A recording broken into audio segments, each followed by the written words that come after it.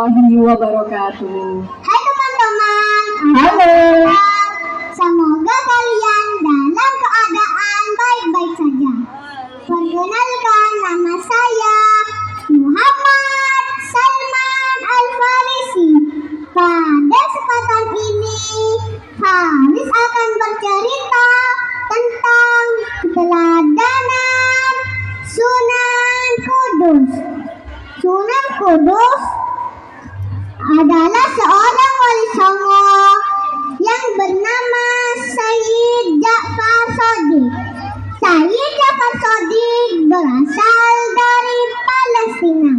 Beliau datang ke Jawa pada tahun 1436 Masehi. Karena beliau tinggal di Kudus, sehingga dikenal dengan sebutan Sunan Kudus.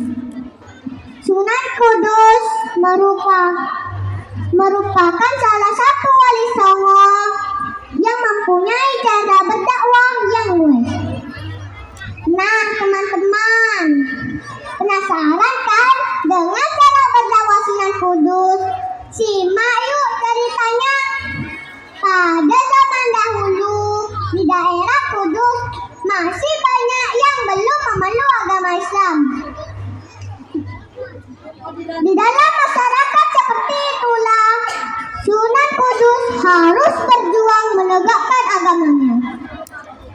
Pada suatu hari, warga Kudus dikejutkan dengan suara seekor sapi.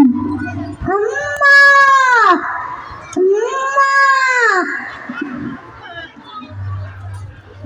Mendengar suara tersebut, warga Kudus penasaran, dari mana ya suara sapi itu berasal?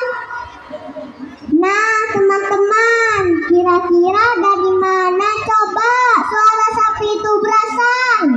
Dari kandangnya Pak Ji.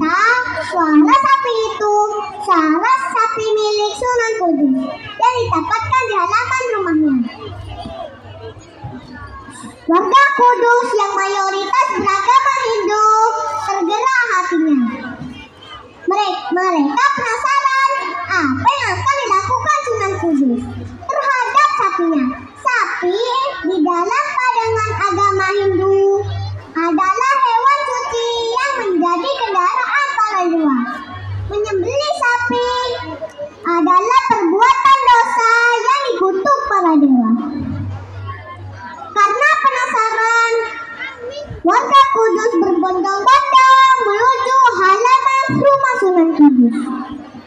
Setelah sejumlah penduduk bertambah banyak, Sunan Kudus lalu keluar dari rumahnya dan berkata, "Sedulur-sedulur yang saya hormati, segenap sanak kadang yang saya cintai, saya melarang saudara-saudara menyakiti sapi, sebab di waktu kecil saya mengalami saat yang berbahaya.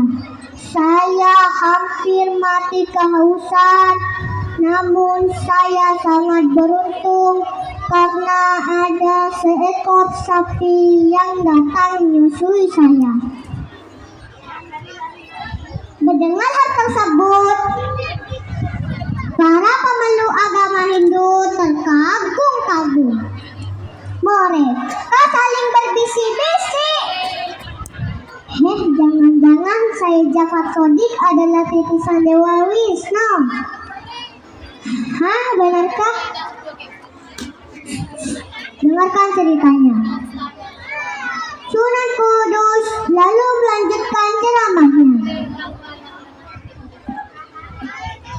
Tahukah kalian bahwa salah satu surat di dalam Al-Quran, yaitu surat yang kedua, dinamakan surat Al-Baqarah, atau dalam bahasa kita disebut sapi.